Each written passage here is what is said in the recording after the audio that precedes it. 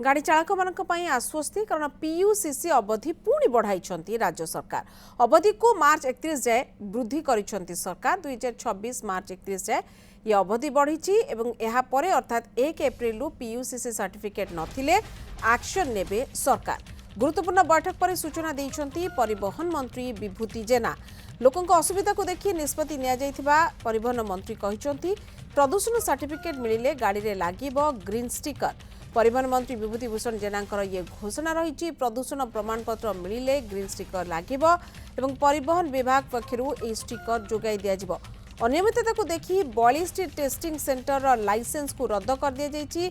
एवं अधिकरु अधिक testing centre खोलिबा को से आह्वान देइछंती। गाड़ी चालक मानक पई गोटे आश्वस्ति मिली मार्च शेष पर्यंत एवं मार्च 31 जाए ये अवधि बढ़ी एवं 1 एप्रिल पीयूसीसी सर्टिफिकेट नथिले एक्शन मोड को आसबे सरकार। आमे लोकों हैरान को भी नजर रखुचु लोक जमी हैरान हेनी से आमे ताकू एक्सटेंशन भी करुचु मार्च सुधा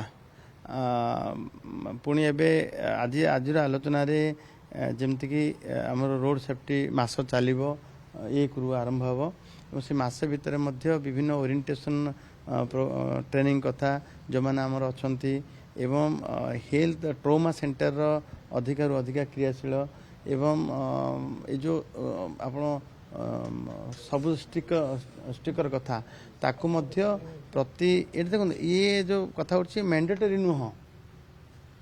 ग्रीन स्टिकर मारिबा मैंडेटरी मारिले कौन कि ये गोटे सूचक जे हठात जानिबा पाई गाड़ी आगे थिले ताकू सर्टिफिकेट दबा ये हम समस्त सुविधा हम जांच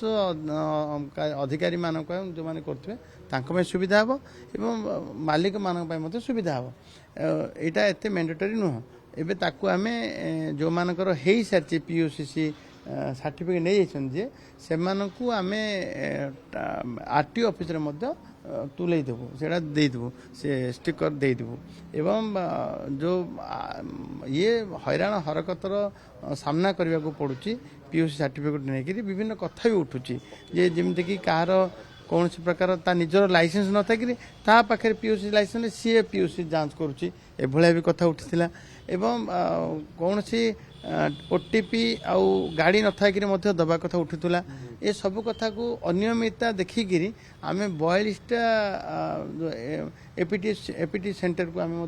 ताको कैंसिल कर देइछु ता लाइसेंस भी कैंसिल करछु आ सबुठ बड़ अनुरोध मोर रहबो जे जेते अधिक रु अधिक जे लाइसेंस आम दबु तुरंत गोटे 24 घंटा भीतर लाइसेंस दबु जेते सेंटर टेस्टिंग सेंटर जे खोली पारे समस्त अग्राधिकार भितर आम देवु एवं जिते अधिक रु अधिक हेले भल आ सबुठ बड़ कथा होची जे जो नियम को कड़ाकड़ी हेले लोक माने सहयोग करी आवश्यक अछि।